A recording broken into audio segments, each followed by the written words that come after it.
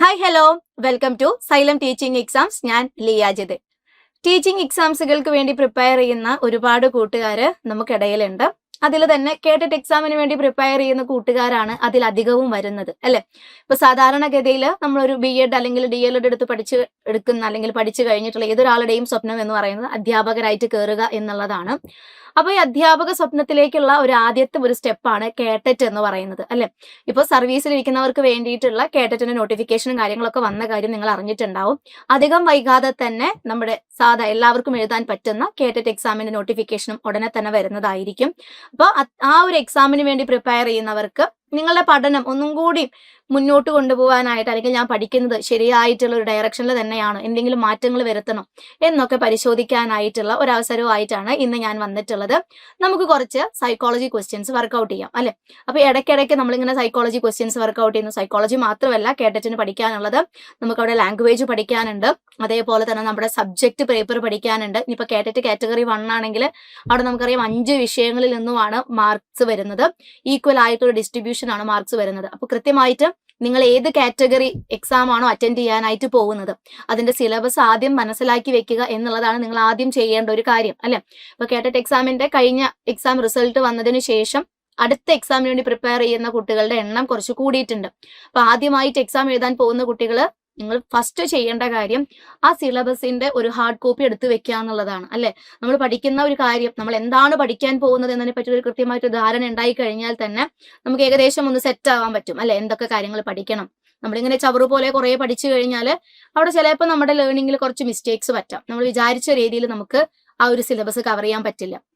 അപ്പൊ അതിനേക്കാളൊക്കെ നല്ലത് എന്ത് ചെയ്യുക, നിങ്ങൾ ഏത് കാറ്റഗറി എക്സാമിന് വേണ്ടിയിട്ടാണോ പ്രിപ്പയർ ചെയ്യുന്നത് അതിന്റെ സിലബസ്, ഇപ്പൊ കേട്ടറ്റ് കാറ്റഗറി 1 അതിൻ്റെതായിട്ടുള്ള ഒരു സിലബസ് ഉണ്ട്. ആ സിലബസ് അല്ല കേട്ടറ്റ് 2 വരുന്നത്, 3 വരുന്നത്, 4 വരുന്നത്. എല്ലാ കാറ്റഗറിക്കും സെപ്പറേറ്റ് ആയിട്ടുള്ള സിലബസ് തന്നെയാണ് വരുന്നത്. അതിൽ ചില കോമൺ ഏരിയാസ് നമുക്ക് കാണാൻ പറ്റും എന്നതിലൊഴികെ സിലബസ് ഒക്കെ ഡിഫറെന്റ് ആണ്. അപ്പൊ നിങ്ങൾ കേട്ടറ്റ് കാറ്റഗറി 2 ആണ് എഴുതുന്നതെങ്കിൽ അപ്രോപ്രിയേറ്റ് ആയിട്ടുള്ള അതിന്റെ സിലബസ് എടുത്തു വെക്കുക. എന്തൊക്കെ കാര്യങ്ങൾ പഠിക്കണം, അതിൽ ഏതൊക്കെ കാര്യങ്ങൾ എനിക്ക് അറിയാം, ഏതൊക്കെ എനിക്ക് ഒട്ടും അറിയാത്തതുണ്ട് എന്നുള്ള രീതിയിൽ ഒന്ന് മനസ്സിലാക്കി വെക്കാം. ഓക്കെ, അപ്പോൾ നല്ല ഉഷാറായിട്ട് തകൃതിയായിട്ട് തന്നെ നിങ്ങളുടെ കേട്ടറ്റ് എക്സാമിനുള്ള പ്രിപ്പറേഷൻസ് മുന്നോട്ടേക്ക് പോട്ടെ. നമുക്ക് ചില ചോദ്യങ്ങളൊന്ന് വർക്കൗട്ട് ചെയ്ത് നോക്കാം. സിമ്പിൾ ആയിട്ടുള്ള ക്വസ്റ്റ്യൻസ് ആണ്. ഇപ്പോൾ കേട്ടറ്റ് എക്സാമിന് വേണ്ടി പഠിച്ചു തുടങ്ങിയിട്ടുള്ള ബിഗിനേഴ്സിന് വേണ്ടിയിട്ടുള്ള ചോദ്യങ്ങളാണ്. അപ്പോൾ ബിഗിനേഴ്സിനും അറ്റൻഡ് ചെയ്യാം. അതിനോടൊപ്പം തന്നെ ഓൾറെഡി പഠിച്ചിട്ടുള്ള അല്ലെങ്കിൽ ഓൾറെഡി എക്സ്പീരിയൻസ് ചെയ്തിട്ടുള്ള ആളുകൾ ഉണ്ടായിരിക്കും, അല്ലെ? ഇപ്പൊ കഴിഞ്ഞ എക്സാം എഴുതിയിട്ടുള്ള ആളുകളെ സംബന്ധിച്ചിടത്തോളം നിങ്ങൾക്ക് ഒരു എക്സ്പീരിയൻസ് ഉണ്ട്, ഇങ്ങനെയായിരിക്കും ക്വസ്റ്റ്യൻസ് വരിക, അല്ലെങ്കിൽ നിങ്ങൾ കുറച്ച് കാര്യങ്ങൾ പഠിച്ചിട്ടാണ് ഇരിക്കുന്നത്.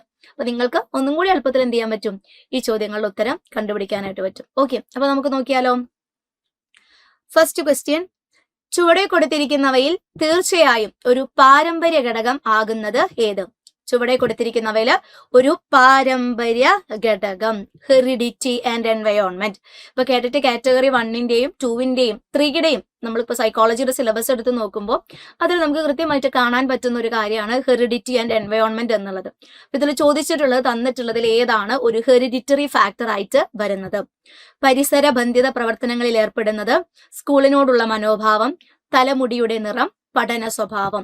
ഇതിലേതായിരിക്കും നമുക്ക് പാരമ്പര്യമായി ലഭിച്ചിട്ടുള്ള കഴിവുകളുടെ കൂട്ടത്തിൽ വരുന്നത്? ഏതായിരിക്കും വരുന്നത്? നമ്മൾ എങ്ങനെയാണ് നമ്മുടെ ചുറ്റുപാടുമായിട്ട് ഇടപെടേണ്ടത് അതിനുള്ള കഴിവാണോ? അതല്ലെങ്കിൽ നമ്മുടെ സ്കൂളിനോടുള്ള നമ്മുടെ ആറ്റിറ്റ്യൂഡാണോ? അതല്ലെങ്കിൽ നമ്മുടെ ഹെയറിന്റെ കളറ്, അതും അല്ലെങ്കിൽ നമ്മളുടെ ഒരു ലേണിംഗ് സ്റ്റൈല്, ഇതിലേതായിരിക്കും പാരമ്പര്യമായിട്ട് നമുക്ക് ലഭിച്ചിട്ടുള്ള ഒരു കാര്യം എന്ന് പറയുന്നത്? എന്തായിരിക്കും? തലമുടിയുടെ നിറമാണ്, അല്ലെ? ബാക്കിയുള്ളതെല്ലാം തന്നെ എന്താണ്? നമ്മുടെ പരിസ്ഥിതിയുമായി ബന്ധപ്പെട്ട് വരുന്ന ഘടകങ്ങളുടെ കൂട്ടത്തിലാണ് വരുന്നത്. ഇപ്പൊ നമ്മുടെ സ്കൂളിനോടുള്ള ഒരു മനോഭാവം, അത് നമ്മൾ ജനിക്കുമ്പോൾ തന്നെ ഞാൻ പഠിക്കാൻ പോകുന്ന സ്കൂളിനോട് എനിക്ക് ഇന്ന മനോഭാവമായിരിക്കും എന്നുള്ളത് എവിടെ പറഞ്ഞിട്ടില്ല, നമ്മുടെ ജീനിൽ പറഞ്ഞു വെച്ചിരിക്കുന്ന കാര്യമല്ല. മറിച്ച് ആഫ്റ്റർ ബർത്ത് നമുക്കിപ്പോൾ നമ്മൾ പഠിക്കാൻ പോകുന്നു, നമ്മുടെ സ്കൂളിലെ മാനേജ്മെന്റുമായിട്ട് അല്ലെങ്കിൽ സ്കൂളിനോട് നമുക്ക് ഉണ്ടായിട്ടുള്ള അനുഭവങ്ങളുടെ അടിസ്ഥാനത്തിലാണ് സ്കൂളിനോട് ഏത് രീതിയിലുള്ള മനോഭാവം വളരണം എന്നുള്ളൊരു കാര്യം നമ്മൾ തീരുമാനിക്കുന്നത്, അല്ലെ? അപ്പൊ ഇവിടെ പാരമ്പര്യത്തിന്റെ ഭാഗമായിട്ട് വരുന്നത് തലമുടിയുടെ നിറമാണ്. ഇനി രണ്ടാമത്തെ ക്വസ്റ്റ്യൻ, ടീച്ചർ ക്ലാസ്സിൽ ഒരു പ്രശ്നം നൽകി. അമൽ അതിന്റെ ഉത്തരം മറ്റുള്ളവരിൽ നിന്നും വ്യത്യസ്തമായി പുതിയ രീതിയിലാണ് ചെയ്തത്. അമലിന്റെ ഈ സ്വഭാവം വെളിവാക്കുന്നത് അവന്റെ എന്താണ്? ഓക്കെ, ഇവിടെ നമുക്കിപ്പോ സൈക്കോളജി ആണെങ്കിലും വേറെ ഏത് സബ്ജക്റ്റ് ഒക്കെ തന്നെ ആണെങ്കിലും ആ ചോദ്യത്തിൽ തന്നെ നമുക്ക് മിക്കപ്പോഴും എന്തുണ്ടായിരിക്കും, ഉത്തരത്തിലേക്ക് എത്താനായിട്ടുള്ള ഒരു ഹിന്റ് കൊടുത്തിട്ടുണ്ടാവും അല്ലെ. ഇപ്പൊ നമുക്ക് ഒരു കാര്യത്തെക്കുറിച്ച് വളരെ ഡെപ്ത് ആയിട്ടുള്ള നോളജ് ഇല്ലെങ്കിലും നമുക്ക് ഏകദേശം നമ്മുടെ ഒരു കോമൺ സെൻസ് അല്ലെങ്കിൽ ലോജിക്കൽ സെൻസ് ഉപയോഗിച്ച് നമുക്ക് ഉത്തരത്തിലേക്ക് എത്താൻ പറ്റുന്ന കാര്യങ്ങൾ മിക്ക ചോദ്യങ്ങളിലും ഉണ്ടായിരിക്കും. അപ്പൊ ഇത്തരത്തില് അങ്ങനെ ഒരു ഹിന്റ് കിടക്കുന്ന ഒരു ചോദ്യമാണിത്. ടീച്ചർ ക്ലാസ്സിൽ എന്ത് ചെയ്തു, ഒരു പ്രശ്നം എല്ലാവർക്കുമായിട്ട് നൽകി. അമൽ അതിന്റെ ഉത്തരം മറ്റുള്ളവരിൽ നിന്നും വ്യത്യസ്തമായി പുതിയ രീതിയിൽ ചെയ്തു. ഇവിടെ അമലില് പ്രകടമാകുന്ന ഒരു സ്വഭാവം ഏതാണ്? അഭിഭാവം, അഭിപ്രേരണ, ക്രിയാത്മക ചിന്ത, താല്പര്യം. ഏതായിരിക്കും വരുന്നത്? ആറ്റിറ്റ്യൂഡ് ആണോ, അതല്ലെങ്കിൽ അവന്റെ ഒരു മോട്ടിവേഷന്റെ ഭാഗമായിട്ടാണോ, ക്രിയേറ്റീവ് തിങ്കിങ് ആണോ, ഇൻട്രസ്റ്റ് ആണോ? ഏതായിരിക്കും വരുന്നത്? ഏതായിരിക്കും വരിക? പുതിയ രീതിയിലാണ് ചെയ്തത് അല്ലെ. എല്ലാവരും ഒരേ രീതിയിൽ ആ ഒരു പ്രശ്നം പരിഹരിക്കാൻ നോക്കിയപ്പോൾ അമല് മാത്രം എന്ത് ചെയ്തു, കുറച്ചും കൂടി വ്യത്യസ്തമായിട്ടുള്ള ഡിഫറെന്റ് ആയിട്ടുള്ള ഒരു വഴിയിൽ കൂടെ പ്രശ്നം പരിഹരിക്കാനായിട്ട് നോക്കുന്നു. അവിടെ വ്യത്യസ്തത, പുതിയത് എന്നൊക്കെ പറയുമ്പോൾ തന്നെ നമുക്ക് കിട്ടും ആൻസർ എന്ന് പറയുന്നത് ഏതാണ്? ക്രിയേറ്റിവിറ്റി ആണ് അല്ലെ. ക്രിയേറ്റീവ് തോട്ടാണ് അവിടെ നടത്തിയിട്ടുള്ളത്. ഒരു പ്രോബ്ലം കൊടുത്തു കഴിഞ്ഞാൽ അവിടെ പല ഉത്തരങ്ങൾ കിട്ടാൻ സാധ്യതയുണ്ടെങ്കിൽ അങ്ങനെയുള്ള സിറ്റുവേഷൻസിലാണ് എന്ത് വരുന്നത്? ക്രിയേറ്റിവിറ്റി വരുന്നത് അല്ലെ. ഞാനൊരു ചോദ്യം ചോദിക്കുന്നു, അതിന് ഡെഫിനറ്റ് ആയിട്ട് ഒരു സിംഗിൾ ആൻസർ ഉണ്ടെങ്കിൽ അത്തരത്തിലുള്ള ചോദ്യങ്ങളിൽ കുട്ടികൾക്ക് എന്ത് ചെയ്യാൻ പറ്റില്ല? പുതിയ രീതിയിൽ ചിന്തിക്കാൻ പറ്റില്ല. അതേസമയം തന്നെ വ്യത്യസ്തമായിട്ടുള്ള ഉത്തരങ്ങൾ ലഭിക്കാൻ സാധ്യതയുള്ള ചോദ്യങ്ങളിലാണ് ക്രിയേറ്റിവിറ്റി വർക്കൗട്ട് ആവുന്നത്. ഓക്കെ, ക്ലിയർ ആണല്ലോ. ഇനി മൂന്നാമത്തെ ക്വസ്റ്റ്യൻ, സാർവലൗകിക ഭാഷാ വ്യാകരണത്തിലൂടെ ഭാഷാ ഘടകങ്ങളും വ്യാകരണവും കുട്ടിയുടെ മനസ്സിൽ വളരുകയാണ് എന്ന് സൂചിപ്പിച്ചത് ആരാണ്? സാർവലൗകിക ഭാഷാ വ്യാകരണം. സാർവലൗകിക ഭാഷാ വ്യാകരണം അതെന്താണ്? നമ്മുടെ യൂണിവേഴ്സൽ ഗ്രാമർ എന്ന് പറയുന്ന ഒരു കോൺസെപ്റ്റ് ആണ്. Universal grammar. യൂണിവേഴ്സൽ ഗ്രാമർ എന്ന് പറഞ്ഞു കഴിഞ്ഞാൽ പ്രത്യേകിച്ച് അങ്ങനെ കൺഫ്യൂഷൻ ഉണ്ടാക്കുന്ന കോൺസെപ്റ്റ് ഒന്നുമല്ല. എല്ലാ ഭാഷയ്ക്കും പൊതുവായിട്ടൊരു ഘടനയുണ്ട്. അതാണ് യൂണിവേഴ്സൽ ഗ്രാമറിൽ പറയുന്നത്. ഇപ്പൊ സബ്ജക്റ്റ്, വെർബ്, ഒബ്ജക്റ്റ് ഇങ്ങനെ രീതിയിലോട്ട് അവിടെ എന്തുണ്ടായിരിക്കും? കർത്താവ്, കർമ്മം, ക്രിയ എന്നുള്ള രീതിയിൽ എല്ലാ ഭാഷയ്ക്കും പൊതുവായിട്ടുള്ള ചില ഘടകങ്ങൾ നമുക്ക് കാണാൻ പറ്റും. അതിനെയാണ് സാർവലൗകിക ഭാഷാ വ്യാകരണം എന്ന് വിളിക്കുന്നത്. ഇവിടെ ആ ഒരു ഭാഷാ വ്യാകരണത്തിലൂടെ ഭാഷാ ഘടകങ്ങളും വ്യാകരണവും കുട്ടിയുടെ മനസ്സിൽ വളരുകയാണ്. ഇത് ആരുടെ കോൺസെപ്റ്റ് ആണ്? Noam Chomsky, Lev Vygotsky, B.F. Skinner, Jean പിയാഷെ. ഭാഷാ വികാസവുമായി ബന്ധപ്പെട്ടിട്ട് നമ്മൾ പഠിക്കുന്ന കാര്യങ്ങളാണ് യൂണിവേഴ്സൽ ഗ്രാമർ. അതേപോലെ തന്നെ ട്രാൻസ്ഫോർമേഷണൽ ജനറേറ്റീവ് ഗ്രാമർ, ലാഡ്, ഇങ്ങനെയുള്ള കുറെ കോൺസെപ്റ്റുകൾ പഠിക്കുന്നുണ്ട്. അപ്പൊ ഇതിൽ തന്നെ ഒരാളുടെ ഭാഷ എങ്ങനെ വികസിക്കുന്നു എന്നതിനോട് പല രീതിയിലുള്ള വീക്ഷണങ്ങളായിരുന്നു വന്നിട്ടുണ്ടായിരുന്നത്. ലെവ് വൈഗോട്സ്കിയുടെ ഭാഷാ വികാസവുമായി ബന്ധപ്പെട്ട് വരുന്ന കോൺസെപ്റ്റ് അല്ല ജീൻ പിയാഷെ പറയുന്നത്. ഇനി സ്കിന്നർ പറയുന്ന രീതിയിലല്ല വെന്തൂരയുടെ കോൺസെപ്റ്റിൽ ഭാഷാ വികാസം സംഭവിക്കുന്നത്. അപ്പൊ ഇങ്ങനെ വ്യത്യസ്തമായിട്ടുള്ള ആളുകൾക്ക് വ്യത്യസ്ത രീതിയിലുള്ള തോട്ടായിരുന്നു ഭാഷാ വികാസവുമായി ബന്ധപ്പെട്ടിട്ടുണ്ടായിരുന്നത്. അതിൽ തന്നെ കുറച്ചും കൂടി നമുക്ക് അക്സെപ്റ്റ് ചെയ്യാൻ പറ്റുന്നത്, അല്ലെങ്കിൽ ഇതുപോലെയാണ് ഭാഷ വികസിക്കുന്നത് എന്നുള്ള രീതിയിൽ അക്സെപ്റ്റൻസ് കിട്ടിയിട്ടുള്ളതാണ് നമ്മുടെ നോം ചോംസ്കിയുടെ ഭാഷാ വികാസവുമായി ബന്ധപ്പെട്ടിട്ടുള്ള കോൺസെപ്റ്റുകൾ. അദ്ദേഹം പറയുന്ന കാര്യങ്ങളാണ് യൂണിവേഴ്സൽ ഗ്രാമർ എന്നുള്ളത്. ഇവിടെ എല്ലാ ഭാഷയ്ക്കും പൊതുവായിട്ടുള്ള ഒരു ഘടകമുണ്ട്. അതേപോലെ തന്നെ കുഞ്ഞുങ്ങളുടെ ഭാഷ പഠിച്ചെടുക്കാനായിട്ടുള്ള ഒരു ഉപകരണം അല്ലെങ്കിൽ ഒരു ഉപാധി, ഒരു ഡിവൈസ് അവർ ജനിക്കുമ്പോൾ തന്നെ എവിടെയുണ്ട്? അവരുടെ തലച്ചോറിലുണ്ട്.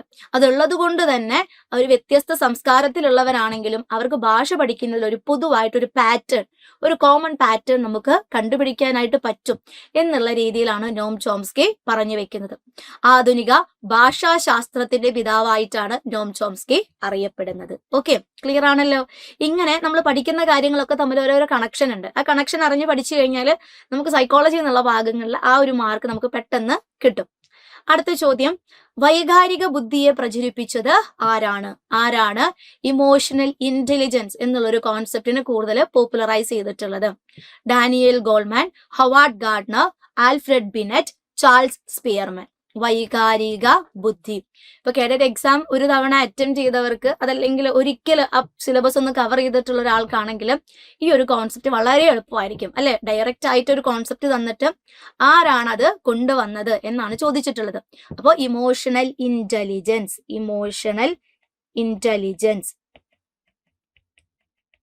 വൈകാരിക ബുദ്ധി. ഈ ഒരു ആശയം കൂടുതൽ പ്രചരിപ്പിച്ചിട്ടുള്ളത് ഡാനിയൽ ഗോൾമാൻ ആണ്.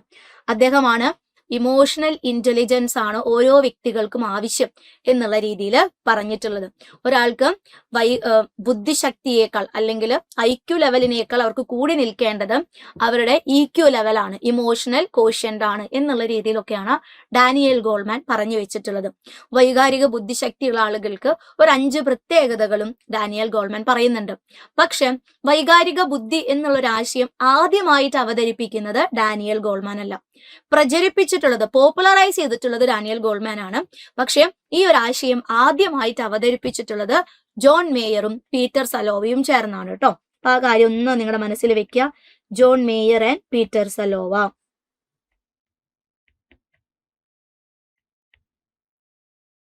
ജോൺ മേയറും പീറ്റർ സലോവയും ചേർന്നിട്ടാണ് വൈകാരിക ബുദ്ധി എന്നുള്ളൊരു ആശയം കൊണ്ടുവരുന്നത്.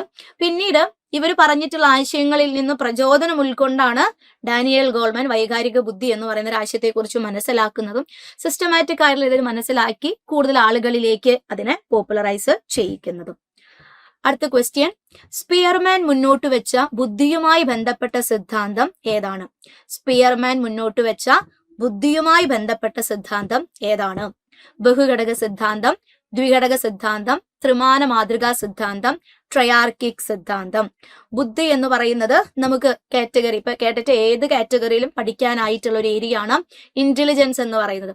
അവിടെ എന്താണ് ഇന്റലിജൻസ്, അതേപോലെ തന്നെ ഇന്റലിജൻസിനെ ഇൻഫ്ലുവൻസ് ചെയ്യുന്ന ഫാക്ടേഴ്സ്, അതുമായി ബന്ധപ്പെട്ട് വരുന്ന തിയറീസ്, ഇതാണ് മെയിൻ ആയിട്ട് പഠിക്കാനുള്ളത്. അതേപോലെ തന്നെ ഇന്റലിജൻസ് മെഷർമെന്റ് ഉണ്ട് നമുക്ക് നോക്കാനായിട്ട്. അപ്പൊ ഇവിടെ നമ്മളോട് ചോദിച്ചിട്ടുള്ളത് സ്പിയർമാൻ കൊണ്ടുവന്നിട്ടുള്ള തിയറി ഏതാണ്? Charles Spearman. ഏതാണ്? 2 ഫാക്ടർ തിയറി, ദ്വിഘടക സിദ്ധാന്തമാണ് ചാൾസ് സ്പിയർമാൻ കൊണ്ടുവന്നിട്ടുള്ളത്. ദ്വിഘടക സിദ്ധാന്തം. ബഹുഘടക സിദ്ധാന്തം കൊണ്ടുവന്നിട്ടുള്ളത് നമ്മുടെ തൊണ്ടൈക്കാണ്, തൊണ്ടൈക്ക്. ത്രിമാന മാതൃക സിദ്ധാന്തം എന്ന് പറയുന്നത് ഗിൽഫോർഡിന്റെ തിയറിയാണ്. ഗിൽഫോർഡ് ബുദ്ധിയുമായി ബന്ധപ്പെട്ട് കൊണ്ടുവന്നിട്ടുള്ള തിയറിയാണ്. ഇനി ട്രയാർക്കിക് സിദ്ധാന്തം കൊണ്ടുവന്നിട്ടുള്ളത് സ്റ്റേൺബർഗ് ആണ്. സ്റ്റേൺബർഗ് ആണ് ട്രയാർക്കിക് സിദ്ധാന്തം കൊണ്ടുവന്നിട്ടുള്ളത്. അപ്പൊ ബുദ്ധിയുടെ ഏകഘടക സിദ്ധാന്തമുണ്ട്, ദ്വിഘടക സിദ്ധാന്തമുണ്ട്, ബഹുഘടക സിദ്ധാന്തം വരുന്നുണ്ട്, ത്രിമാന മാതൃകാ സിദ്ധാന്തം, ട്രയാർക്കിക് സിദ്ധാന്തം വരുന്നുണ്ട്. അതേപോലെ തന്നെ കാറ്റിൽ പറയുന്ന ഖരബുദ്ധി, ദ്രവബുദ്ധി ആശയങ്ങൾ വരുന്നുണ്ട്. അതേപോലെ തന്നെ ഇത്രയധികം തിയറീസ് ആണ് നമുക്ക് മെയിൻ ആയിട്ടും ബുദ്ധി സിദ്ധാന്തങ്ങളുടെ ഭാഗത്ത് നിന്നും പഠിക്കാനായിട്ടുള്ളത്. പിന്നെ വരുന്നതാണ് നമ്മുടെ പ്രാഥമിക ഘടക ബുദ്ധി സിദ്ധാന്തം എന്ന് പറയുന്ന ഒരു കോൺസെപ്റ്റ് തേഴ്സ്റ്റൺ കൊണ്ടുവന്നിട്ടുള്ളതാണ്, പ്രൈമറി ഫാക്ടർ തിയറി എന്ന് പറയുന്നത്. അപ്പോൾ ഇവിടെ കുറച്ചധികം തിയറീസ് പഠിക്കുന്ന ഒരു ഏരിയ ആണ്. അതിനേക്കാൾ കൂടുതലായിട്ട് ഏറ്റവും ഇമ്പോർട്ടന്റ് ആയിട്ട് വരുന്നത് നമ്മുടെ ഹവാർഡ് ഗാർഡനറുടെ ഒരു തിയറിയാണ് വരുന്നത്, മൾട്ടിപ്പിൾ ഇന്റലിജൻസ് തിയറി എന്ന് പറയുന്നത്. അതും വളരെ വളരെ ഇമ്പോർട്ടന്റ് ആണ്. നമുക്ക് ഉറപ്പായിട്ടും കേട്ടച്ചിന് വരുന്ന ഒരു പോർഷൻ ആണ് നമ്മുടെ ഹവാർഡ് ഗാർഡനറിന്റെ തിയറി. അപ്പൊ ഇത്രയും കാര്യങ്ങളാണ് ഇവിടെ മെയിൻ ആയിട്ടും പഠിക്കാനായിട്ടുള്ളത്. ഇനി അടുത്ത ക്വസ്റ്റ്യൻ, എന്താണ് ഉൾപ്പെടുത്തിയുള്ള വിദ്യാഭ്യാസം? ഉൾപ്പെടുത്തിയുള്ള വിദ്യാഭ്യാസം എന്നത് എന്താണ്? Inclusive education. പിന്നോക്കം നിൽക്കുന്ന കുട്ടികൾക്ക് സ്പെഷ്യൽ സ്കൂളുകളിലൂടെ വിദ്യാഭ്യാസം നൽകുന്ന സമീപനം. ബി, പെൺകുട്ടികൾക്ക് പ്രത്യേകമായി വിദ്യാഭ്യാസം നൽകുന്ന സമീപനം. സി, പ്രത്യേക പരിഗണന അർഹിക്കുന്ന കുട്ടികൾക്ക് റെഗുലർ കുട്ടികളോടൊപ്പം റെഗുലർ വിദ്യാലയങ്ങളിൽ വിദ്യാഭ്യാസം നൽകുന്ന സമീപനം. ഡി, ഭിന്നശേഷിക്കാരായ കുട്ടികൾക്ക് പ്രത്യേകം വിദ്യാഭ്യാസം നൽകാനുള്ള സമീപനം. ആ വാക്കിൽ തന്നെയുണ്ട് ഉൾപ്പെടുത്തിയുള്ള വിദ്യാഭ്യാസം എന്ന് പറയുന്നത് എന്താണ്? Inclusive education. ഇന്ന് നമുക്ക് ക്ലാസ് റൂമുകളിലൊക്കെ തന്നെ കാണാൻ പറ്റുന്നത് ഇൻക്ലൂസീവ് എഡ്യൂക്കേഷൻ ആണ്, അല്ലെ? കുട്ടികളുടെ കഴിവോ കഴിവുകേടുകളോ പരിഗണിക്കാതെ എല്ലാവരെയും എന്ത് ചെയ്യാണ്? ഒരേപോലെ പരിഗണിക്കുന്ന ഒരു അവസ്ഥ.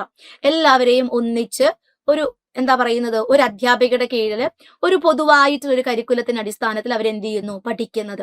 അതാണ് ഇൻക്ലൂസീവ് എഡ്യൂക്കേഷൻ കൊണ്ട് ഉദ്ദേശിക്കുന്നത്. അപ്പൊ തന്നിട്ടുള്ളതിൽ നമുക്ക് ആ ഒരു കോൺസെപ്റ്റുമായിട്ട് കണക്ട് ചെയ്യാൻ പറ്റുന്നത് ഓപ്ഷൻ സി ആണ്. പ്രത്യേക പരിഗണന അർഹിക്കുന്ന കുട്ടികൾക്ക് റെഗുലർ കുട്ടികളോടൊപ്പം റെഗുലർ വിദ്യാലയങ്ങളിൽ വിദ്യാഭ്യാസം നൽകുന്ന സമീപനം, അല്ലെ?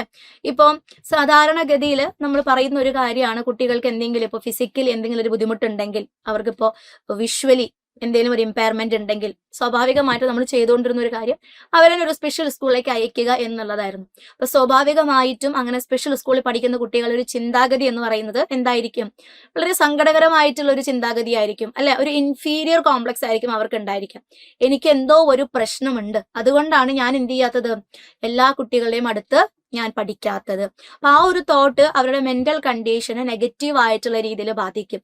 അപ്പൊ അത് ഒഴിവാക്കാൻ വേണ്ടിയിട്ടാണ് നമ്മൾ ഇൻക്ലൂസീവ് എഡ്യൂക്കേഷൻ എന്നുള്ളൊരു കോൺസെപ്റ്റ് കൊണ്ടുവന്നിട്ടുള്ളത്. ഇൻക്ലൂസീവ് എഡ്യൂക്കേഷൻ എന്നുള്ളൊരു ആശയം കൊണ്ടുവരുന്നത് ഓവിഡ് ഡെക്രോളിയാണ്. അദ്ദേഹമാണ് പറയുന്നത്, കുട്ടികളുടെ കഴിവുകേടോ പരിഗണിക്കാതെ നമ്മൾ എന്ത് ചെയ്യണം, എല്ലാവർക്കും ഒന്നിച്ചിരുന്ന് പഠിക്കാനായിട്ടുള്ള അവസരങ്ങൾ കൊടുക്കണം. ഇനി ഒന്നിച്ചിരുത്തിയാൽ മാത്രം പോരാ, പൊതുവായിട്ടുള്ള ഒരു പാഠ്യപദ്ധതിയുടെ ബേസിൽ ഒരു കോമൺ ടീച്ചറാണ് അവരെന്ത് ചെയ്യേണ്ടത്, പഠിപ്പിക്കേണ്ടത്. ഓക്കെ, അപ്പൊ ഈ കോമൺ ആയിട്ടുള്ള അല്ലെങ്കിൽ സാധാരണ ടീച്ചർ തന്നെ എന്ത് ചെയ്യണം, പ്രത്യേകം ആവശ്യങ്ങളുള്ള കുട്ടികളെയും കൂടെ ഉൾപ്പെടുത്തുന്ന രീതിയിലുള്ള വിദ്യാഭ്യാസ പരിപാടികൾ വേണം ആസൂത്രണം ചെയ്യാനായിട്ട്. എന്തെങ്കിലും സഹായങ്ങളോ കാര്യങ്ങളോ വരികയാണെങ്കിൽ നമുക്ക് എന്ത് ചെയ്യാം, ഒരു റിസോഴ്സ് ടീച്ചറിന്റെ സഹായം തേടാം. അത് നമുക്ക് ഇൻക്ലൂസീവ് എഡ്യൂക്കേഷനിൽ വരുന്ന ഒരു കാര്യമാണ്. നെക്സ്റ്റ് ക്വസ്റ്റ്യൻ, കുട്ടികളുടെ വളർച്ചയും വികാസവുമായി ബന്ധപ്പെട്ട ചില പ്രത്യേകതകൾ ചുവടെ കൊടുക്കുന്നു. ഒരു 3 പ്രത്യേകതകളുണ്ട്, നമുക്ക് നോക്കാം. ശാരീരിക വളർച്ച ക്രമീകൃതമാകുന്നു, കാരണങ്ങൾ കണ്ടെത്താനുള്ള കരുത്ത് ആർജിക്കുന്നു, വികാരങ്ങൾ നിയന്ത്രിക്കാൻ പഠിക്കുന്നു. ഈ പ്രത്യേകതകള് കുട്ടിയുടെ വളർച്ചയും വികാസവുമായി ബന്ധപ്പെട്ട ഏത് ഘട്ടത്തിന്റെ പ്രത്യേകതകളാണ്? തന്നിട്ടുള്ള പ്രത്യേകതകള് കുട്ടികളുടെ വളർച്ചയും വികാസവുമായി ബന്ധപ്പെട്ട ഏത് ഘട്ടവുമായിട്ട് നമുക്ക് ബന്ധപ്പെടുത്താം. ശൈശവം, ആദ്യ ബാല്യം, അന്ത്യബാല്യം, കൗമാരം. ഏതായിരിക്കും വരുന്നത്? ശാരീരിക വളർച്ച ക്രമീകൃതമാകുന്നു, കാരണങ്ങൾ കണ്ടെത്താനുള്ള കരുത്താർജിക്കുന്നു, വികാരങ്ങൾ നിയന്ത്രിക്കാൻ പഠിക്കുന്നു, ഇമോഷണലി കുറച്ച് കൺട്രോൾ ചെയ്യാനായിട്ട് അവര് പഠിക്കുന്നു. അതേപോലെ തന്നെ കാരണങ്ങൾ കണ്ടെത്താനായിട്ടുള്ള കരുത്ത്, അല്ലെ, എന്തുകൊണ്ട്, ഒരു ലോജിക്കൽ തിങ്കിങ്ങിലോട്ട് പോകുന്നത്. അതേപോലെ തന്നെ ശാരീരിക വളർച്ച ഒരു ക്രമീകൃതമായിട്ടുള്ള രീതിയിൽ കാണുന്നത്. ശൈശവ കാലഘട്ടത്തിലാണോ, ആദ്യ ബാല്യത്തിലാണോ, അന്ത്യബാല്യത്തിലാണോ, കൗമാരത്തിലാണോ? എപ്പോഴായിരിക്കും? അന്ത്യബാല്യ ഘട്ടത്തിൽ, അല്ലെ? കൗമാര കാലഘട്ടം എന്ന് പറയുമ്പോൾ നമുക്കറിയാം അവിടെ ഇമോഷണലി ഇൻസ്റ്റേബിൾ ആയിട്ടുള്ള കുട്ടികളെയാണ് നമുക്ക് കാണാൻ പറ്റുന്നത്, അല്ലെ? വൈകാരികപരമായിട്ട് വളരെയധികം തകർന്നു നിൽക്കുന്ന അല്ലെങ്കിൽ ഒട്ടും ഇമോഷൻസ് കൺട്രോൾ ചെയ്യാൻ പറ്റാത്ത കുട്ടികളാണ് കൗമാര കാലഘട്ടത്തിൽ ഉണ്ടായിരിക്കുക.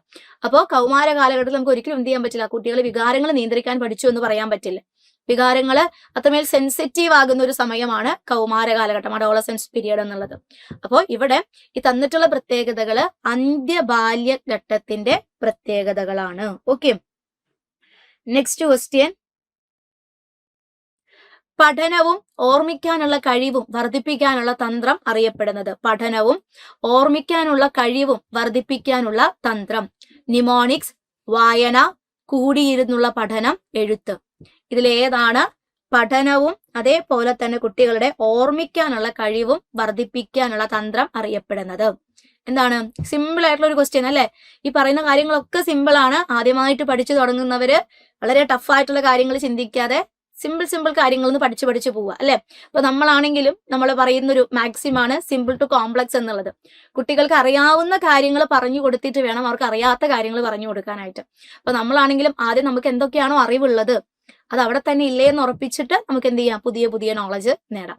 അപ്പൊ ഇവിടെ ഓർമ്മിക്കാനായിട്ടുള്ള കഴിവ് എന്ന് പറയുമ്പോൾ തന്നെ നമുക്കറിയാം that is related to mnemonics, അല്ലെ? പുനഃസ്മരണ സഹായികളെയാണ് നമ്മൾ നിമോണിക്സ് എന്ന് വിളിക്കുന്നത്. ഒരുപാട് നിമോണിക് ടെക്നിക്സ് ഉണ്ട്, അല്ലെ? Method of loci, pegword method, keyword method വരുന്നുണ്ട്. അതേപോലെ തന്നെ റൈമിങ്, പിന്നെ വരുന്നതാണ് നമ്മുടെ സ്റ്റോറി ടെല്ലിംഗ് അല്ലെങ്കിൽ നരേറ്റീവ് മെത്തേഡ് എന്നുള്ളത്. പിന്നെ വരുന്നതാണ് normal repetition, chunking, first letter strategy. ഇതെല്ലാം തന്നെ എന്താണ്? നിമോണിക് ടെക്നിക്സ് ആണ്, അല്ലെ? പുനഃസ്മരണ സഹായികൾ. പഠിച്ച കാര്യങ്ങൾ ഓർമ്മയിൽ നിലനിർത്താൻ വേണ്ടിയിട്ട് നമ്മൾ ഉപയോഗിക്കുന്ന കുഞ്ഞു ടെക്നിക്കുകൾ, അല്ലെ? ചില കുട്ടികൾ പഠിച്ച കാര്യങ്ങൾ ഓർക്കാൻ വേണ്ടിയിട്ട് പാട്ടിന്റെ രൂപത്തിലാക്കും, കഥയുടെ രൂപത്തിലാക്കും, അതല്ലെങ്കിൽ ഒരു കീവേഡ് അതിൽ നിന്ന് ക്രിയേറ്റ് ചെയ്യും, അതിനൊരു മെന്റൽ ഇമാജിനേഷനുമായിട്ട് കണക്ട് ചെയ്യും. ഇനി അതുമല്ലെങ്കിൽ നമുക്ക് അതിന്റെ ആദ്യത്തെ അക്ഷരങ്ങൾ കൂട്ടിച്ചേർത്തുകൊണ്ട് എക്രോണിമോ അക്രോസ്റ്റിക്സോ ആയിട്ട് നമുക്ക് ഓർത്തിരിക്കാം. ഇതെല്ലാം തന്നെ എന്താണ്? പഠിച്ച കാര്യങ്ങൾ കയ്യിൽ നിന്ന് പോവാതിരിക്കാൻ വേണ്ടിയിട്ട് നമ്മൾ ഉപയോഗിക്കുന്ന ടെക്നിക്സ് ആണ്. അപ്പൊ അത്തരത്തിലുള്ള ടെക്നിക്സിനെയാണ് നമ്മൾ എന്തായിട്ട് വിളിക്കുന്നത്? നിമോണിക് ടെക്നിക്സ് അല്ലെങ്കിൽ പുനഃസ്മരണ സഹായികൾ എന്ന് വിളിക്കുന്നത്. ഓക്കെ, അടുത്ത ക്വസ്റ്റ്യൻ, പഠനത്തെക്കുറിച്ചുള്ള ഉൾക്കാഴ്ച സിദ്ധാന്തം പ്രചരിപ്പിച്ചത് ആരാണ്? ഇൻസൈറ്റ് ലേണിംഗ് തിയറി കൂടുതൽ പോപ്പുലറൈസ് ചെയ്തിട്ടുള്ളത് ആരാണ്? ഇവാൻ പാവ്ലോവ്, കൊഹ്ലർ, ലെവ് വൈഗോട്സ്കി, ജെറോം എസ് ബ്രൂണർ. ആരാണ് പഠനത്തെക്കുറിച്ചുള്ള ഉൾക്കാഴ്ച സിദ്ധാന്തം? Insight learning theory. Insight learning theory എന്ന് പറയുമ്പോൾ തന്നെ നമുക്കറിയാം that is related to Köhler അല്ലെ. ഒരു വടി തലയ്ക്ക് വീണ് കഴിഞ്ഞാൽ പെട്ടെന്ന് നമുക്ക് ഇങ്ങനെ ബൾബ് കത്തും. അപ്പോ കോല് അല്ലെങ്കിൽ ഉൾക്കാഴ്ച, കൊഹ്ലർ. ഓക്കെ. അപ്പൊ സമർത്ഥനായിട്ടുള്ള ഒരു സുൽത്താൻ എന്ന് പറയുന്ന ഒരു ചിമ്പാൻസിയിലൊക്കെ പരീക്ഷണമൊക്കെ നടത്തിയിട്ടാണ് കൊഹ്ലർ എന്ത് ചെയ്യുന്നത്? ഉൾക്കാഴ്ച പഠന സിദ്ധാന്തം അവതരിപ്പിച്ചിട്ടുള്ളത്. ജസ്റ്റാൾട്ട് തിയറിയുമായിട്ട് ബന്ധപ്പെട്ട് വരുന്ന സിദ്ധാന്തമാണ് കൊഹ്ലറിന്റെ ഉൾക്കാഴ്ച സിദ്ധാന്തം എന്ന് പറയുന്നത്. ഇവിടെ ജസ്റ്റാൾട്ട് എന്ന് പറയുന്നതിനോട് തന്നെയാണ് കൊഹ്ലർ എന്ത് ഉപയോഗിച്ചിട്ടുള്ളത്? ഉൾക്കാഴ്ച അല്ലെങ്കിൽ ഇൻസൈറ്റ് എന്ന് പറയുന്ന ഒരു ടേം ഉപയോഗിച്ചിട്ടുള്ളത്. ഓക്കെ. അപ്പൊ നമ്മുടെ ചോദ്യങ്ങൾ ഇവിടെ തീർന്നിരിക്കുകയാണ്. വളരെ സിമ്പിൾ ആയിട്ടുള്ള കുറച്ച് ചോദ്യങ്ങളായിരുന്നു നമ്മൾ ഈ ഒരു വീഡിയോയിൽ കണ്ടിട്ടുണ്ടായിരുന്നത്. ആദ്യമായിട്ട് പഠിച്ചു തുടങ്ങുന്നവർക്ക് ഒരു ബൂസ്റ്റ് അല്ലെ, നമ്മൾ പഠിച്ചതൊക്കെ തന്നെ വരുന്നുള്ളൂ എന്നുള്ള ഒരു ഉറപ്പാണ് ഞാൻ ഉദ്ദേശിച്ചത്. അപ്പോൾ പതുക്കെ എന്ത് ചെയ്യുക? സിമ്പിൾ ആയിട്ടുള്ള കാര്യങ്ങളിൽ നിന്നും കുറച്ച് കോംപ്ലക്സ് ആയിട്ടുള്ള ലെവൽ കൂടിയ കാര്യങ്ങൾ ഇങ്ങനെ പഠിച്ചു പോവുക. നല്ല രീതിയിൽ പഠിച്ചു കഴിഞ്ഞാൽ ഈ വരാൻ പോകുന്ന കേട്ടിട്ട് നമുക്ക് നേടിയെടുക്കാനായിട്ട് പറ്റും. നമുക്ക് നേടിയെടുക്കാൻ പറ്റാത്ത കാര്യങ്ങളൊന്നുമല്ല. 1-2 മാർക്കിന് നമ്മളിങ്ങനെ തകർന്നു പോകുമ്പോൾ അല്ലെങ്കിൽ 1-2 മാർക്കിന് നമുക്ക് ഇങ്ങനെ കിട്ടാതെ പോകുമ്പോൾ മനസ്സിലാക്കേണ്ട കാര്യം അത് നമ്മൾ പഠിക്കാത്തതിന്റെ അല്ല, നമ്മൾ എങ്ങനെയാണോ ആ പരീക്ഷ അപ്രോച്ച് ചെയ്തിട്ടുള്ളത് അതിലെവിടെയോ ഒരു മിസ്റ്റേക്ക് വന്നിട്ടുണ്ട്. അപ്പൊ ആ മിസ്റ്റേക്ക് കണ്ടെത്തി എന്ത് ചെയ്യുക? പരിഹരിച്ച് നല്ല രീതിയിൽ മുന്നോട്ടേക്ക് പോവുക. ടീം സൈലം കേറ്ററ്റ് എക്സാമുകൾക്ക് വേണ്ടിയുള്ള കോഴ്സുകൾ പ്രൊവൈഡ് ചെയ്യുന്നുണ്ട്. അപ്പോൾ നമ്മുടെ കോഴ്സിനെ പറ്റിയിട്ടുള്ള ഡീറ്റെയിൽസും കാര്യങ്ങളൊക്കെ നമ്മൾ സ്ഥിരമായിട്ട് പറയുന്നതാണ്. ആർക്കെങ്കിലും നമ്മുടെ കോഴ്സിൽ ജോയിൻ ചെയ്യാൻ താല്പര്യം ഉണ്ടെങ്കിൽ നമ്മുടെ നമ്പറിൽ കോൺടാക്ട് ചെയ്താൽ മാത്രം മതി. നല്ല രീതിയിൽ പഠിച്ച് നമുക്ക് വളരെ സിസ്റ്റമാറ്റിക് ആയിട്ട് മുന്നോട്ടേക്ക് പോവാം. അപ്പോൾ കേട്ടിട്ട് ക്വാളിഫൈ ചെയ്തിട്ട് വേണം നമുക്ക് എന്ത് ചെയ്യാനായിട്ട്? ഇനി വരാൻ പോകുന്ന നമ്മുടെ LP UP എക്സാമുകൾക്ക് വേണ്ടിയിട്ട് പ്രിപ്പയർ ചെയ്യാനായിട്ട്. അപ്പോൾ നല്ല ഒരു തുടക്കമാവട്ടെ. എല്ലാവരും നല്ലപോലെ പഠിക്കട്ടെ, ഉഷാറായിരിക്കും. നമുക്ക് അടുത്ത വീഡിയോസിൽ വീണ്ടും കാണാം. താങ്ക്